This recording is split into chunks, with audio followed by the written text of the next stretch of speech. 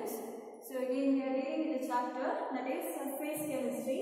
So in our last class we have done with the topic that is nothing but colloids.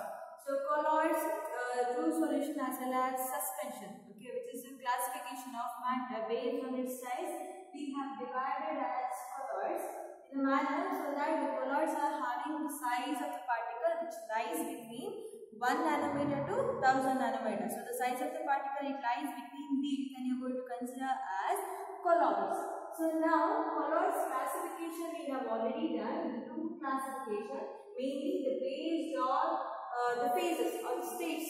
Okay, so we have done the classification as well as we have done the classification based on the nature of your dispersed phase and dispersion medium. So colloids also are having, it is a kind of solution. Okay, so it will be having solute and solvent. So in the same way, that solute will be considered as dispersed phase as well as the solvent we are going to consider under this topic as dispersion medium. So here the two phases, it is very, it is must in colloids. So based on that classification, we have done two types of classification, and the third type of classification which lies like this. Okay, the types of classification may be based on the type of the particle. The first classification may be based on the phases, okay, based on your solid, liquid as well as gas, okay. So how it will collide with one another, or how it will get dispersed in medium, particular medium. So based on that type of colloid we have discussed, as well as based on the nature of your dispersed phase and medium. It's nothing but lipophilic and liophobic. One is liquid loving and liophobic is liquid hating. So based on that classification we have done. And the third type of classification we are going to do mainly based on the type of particles, okay, based on the size of the particles, how those particles will combine with one another to form a colloid. So based on that third topic, that is nothing but classification mainly based on the type of particle. So here mainly we have three types. So the first one we are going to consider as macromolecular colloid. Macromolecular colloid. And the second one will be considered as multi-molecular colloid.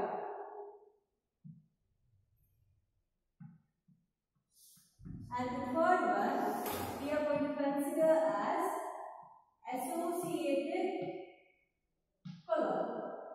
So these are the three classification which comes under this, based on the type of the particle. Here we only indicate what does it mean. So macro in the sense what, micro as well as macro. Micro is nothing but smaller in size. Macro in the sense the size of the particle will be bigger. So here it goes with the bigger size. Okay. So here the colloids are having bigger size. Particle size will be bigger, so that its molecular mass, bigger in the sense the molecules mass will be more. So it is having more molecular mass, or more mass also we can say, more molecular mass. Okay. So now sometimes what will happen, this kind of colloids, it will look like a true solution. You know the size of the true solution which will be lesser than 1 nanometer. So what we are supposed to do, those kind of solutions we are supposed to mix with a particular solvent. Okay, so we are going to mix with a particular solvent so that the size of the particle, after mixing, the size of the particle will grow in size. Okay, so that the size of the particle now, if you consider it is bigger in size, and it will be having the size of your colloidal solution. Okay, so this is something called macromolecular colloid, and these macromolecular colloids are quite stable in nature.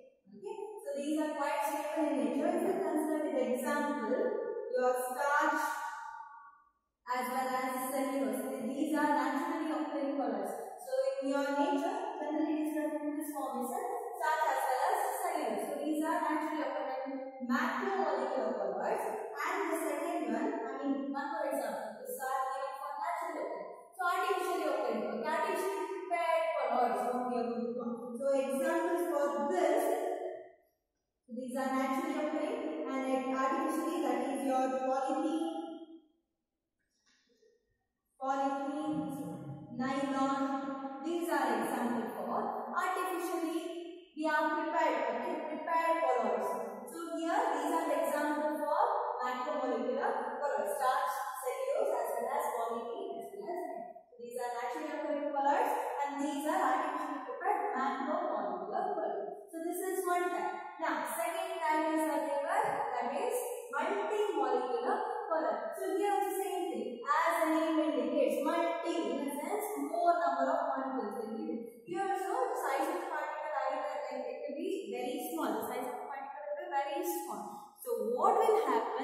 one as well as another. In the sense, the number of these kind of particles will aggregate together. Okay, so it will come contact with one another. It will form, in the sense, formulation will take place. So when it will come contact with one another, in the sense, when this aggregation, when it will take place, by that the size of the particle will become bigger in size, so that it will attain the size of the color. Okay, so here, as I said, the size of the particle, it will be very small, kind of two solutions. Okay, so but what will happen? Many number of particles. So if we consider this as one particle, the size of the particle is very small. So we cannot consider this as a colloid. Okay, but what will happen here? The number of particles at the same time will come in contact with one another. Now the size of the particle is bigger. So now this can attain the size of your colloid. Okay, so this will be considered as multi-molecular colloid. So the number of molecules will come in contact with one another or come together, so that it aggregates to form a colloidal solution. Okay, formation of a colloidal solution, it takes place over here. So here you can write the number of particles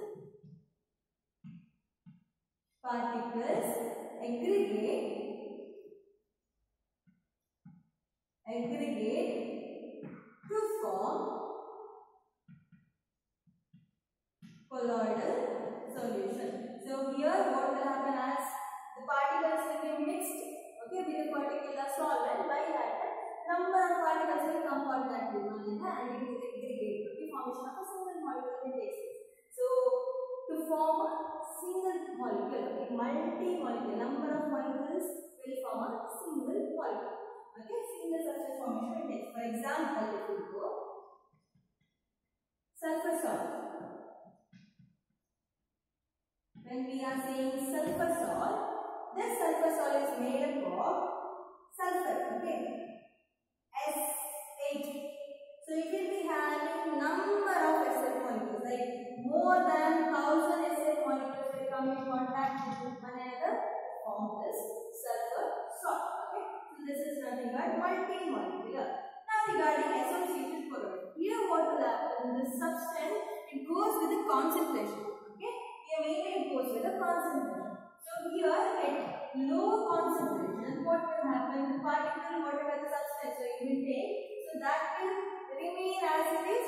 Okay, normally it behaves and it will behave as like strong electrolyte. Okay, so it behaves as strong electrolyte. So you can write at low concentration, here the substance behaves as normal as well as strong electrolyte. But when it goes with a higher concentration in the sense the particle concentration will be more. Okay, the solution will be having more number of concentration. So by then what will happen? If the concentration, the particles are more, that particles will start coming together and aggregation of the particle will take place.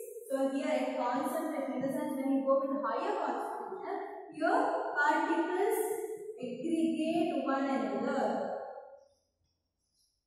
Aggregation of particles will take place over here. So when these particles will aggregate one another, so that you will get a colloidal form.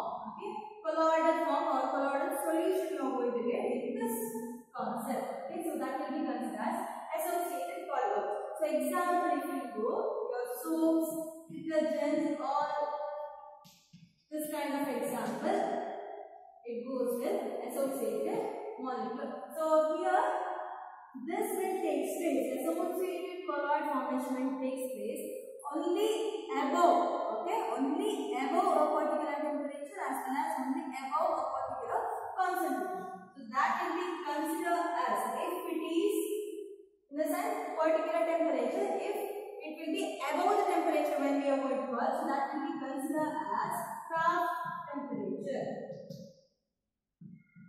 So Kraft temperature is nothing but associated colloid formation, it takes place only above a particular temperature, then we are going to consider as Kraft temperature, as well as associated colloid formation takes place only above a particular concentration. Okay, so particular concentration will be there. So in that lower concentration, you will not get associated molecule, as I said. Okay, low concentration you won't get that colloid formation. But after a range, okay, if it crosses that range, in the sense when it goes with a higher concentration, the particles can come contact with one another and aggregation. This is coagulation of the molecule will take place so that you will get colloid. So here also the temperature will come in as temperature is the concentration of term of here also we are supposed to mention.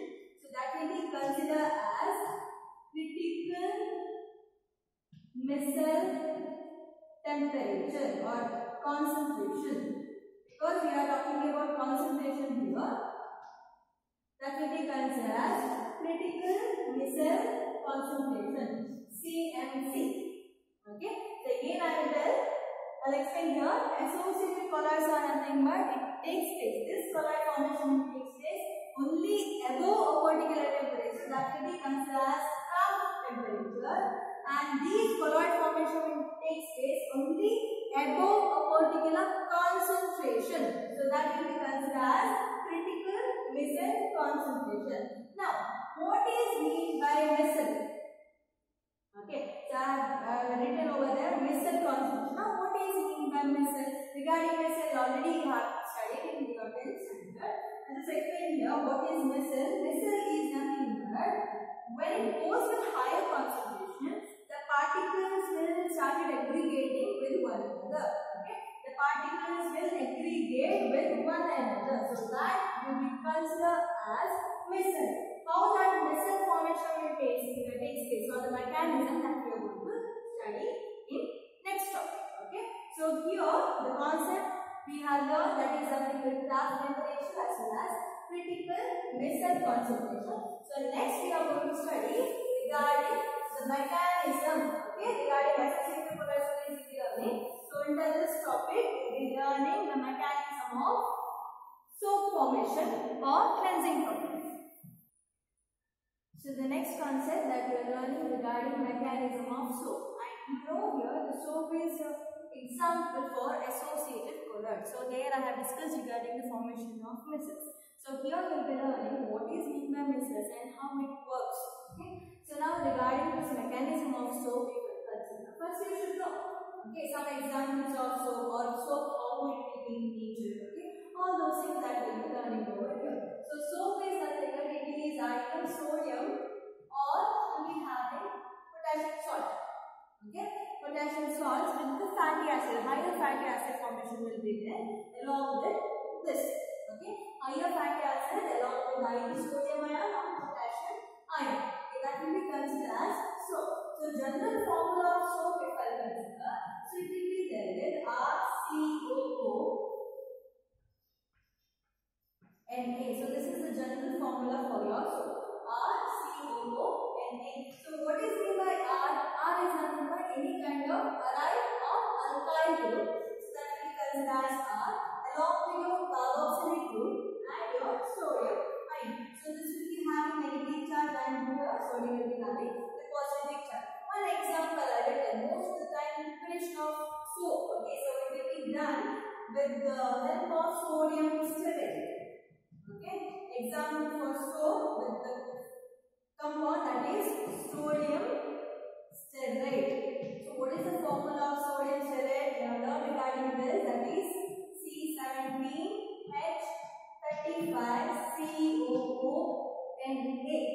Okay, so which is present in your soap. Okay, so this is sodium stearate, this is present in your soap. C17H35. So this is nothing but your alkyl group, R group. Okay, along with COONA. So these are the ions which is present in your soap. So this is one example for soap. Okay, next one more example I'll give for detergents. Okay, because both works in the same manner. So if you know first one, if you know the example, it will be easy to learn. So for detergent if I give, so that is sodium lauryl sulfate. Okay, so formula it goes like this: CH3 CH2 11. Here it will be having sulfate ion with sodium. Okay, so here you will be having carboxylic group. Here sulfate. Okay, ion will be present over here. So this is one example for your soap as well as detergent. Now, how it works, or what will be the structure of this soap? Okay, the structure of this food that you will be considering. So, how the structure it goes like this. It will be having, so R group, R is nothing but, as I said, it is nothing but your alkyl group. So, it will be having the group like this. CH2 in this form, the groups will be this. So, consider this is one R group. Okay. For this, it will be connected with your carboxylic group as well as your ion. Okay. Your titan C double bond O, okay, which is having negative charge, and your Na plus. Okay. So, this is the structure of your soap. Okay. How it goes? The soap will be having this kind of structure. So this number, this chain can increase based on your R group that whatever you will take. So based on this group will increase. Okay. So now what will happen? As you will add this into water, it will dissociate. Okay. So as you will add this into water, it will dissociate as sodium ion as well as this negative ion. Positive ion as well as negative ion will get separated. So this ion as well as this ionic will get separated as you will add it to water. So now what will happen? For example, you have added to water. Okay. So ions got separated now. So now this will be considered here mainly two parts. Okay, which goes with the working or the mechanism of soap. So here two parts we are having. One will be considered as head part and another will be considered as tail part. Okay. So this is your tail part and this is the head part which is present in soap. Okay. So what we are going to call? So this will be considered as hydrophobic tail. So this will be considered as hydrophobic tail. So tail part will be named as hydrophobic end as well as your head part will be considered as hydrophilic end. Okay, so this is your head part. Okay, so your soap will be having this kind of part as I said. So this is the general formula. As you add it to water, it will get dissociated as positive ion as well as negative ion. So what will happen if you consider this negative ion? Again, that will be having two parts. One will be considered as tail part and the head part. Okay, so that head part we have made it as hydrophilic and the tail part which is nothing but your R group that we have made it as hydrophobic. So what will happen? As you will add it to water, see here the name only indicates what it will do. Okay, so phobic in the sense what it is? Scared of water. Hydro is nothing but water. So phobic is nothing but phobia in the sense it is scared. So it is scared of water. So this tail part is scared of water. What about this? Hydrophilic. So this is hydro, water-philic in the sense loving. So this your carboxylic group it is water loving. Okay, so this is water hating. So now how it works? So now it goes with mainly with two concentrations as I told. At low concentration as well as at higher concentration. You are associated molecule. So now we will see first at low concentration how it works. Okay, so when you go with the low concentration, consider this is a jar.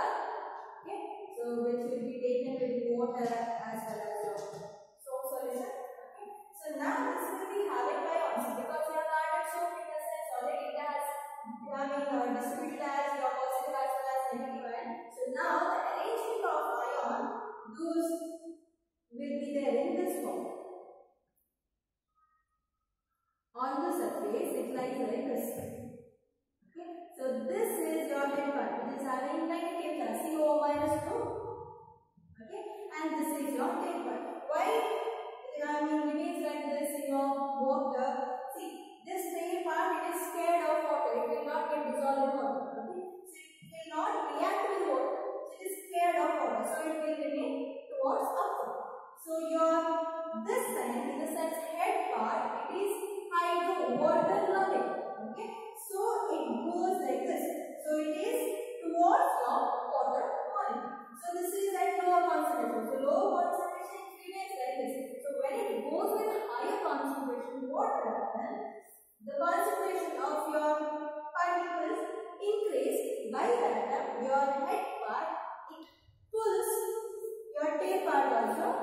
the, where the third particle is an example.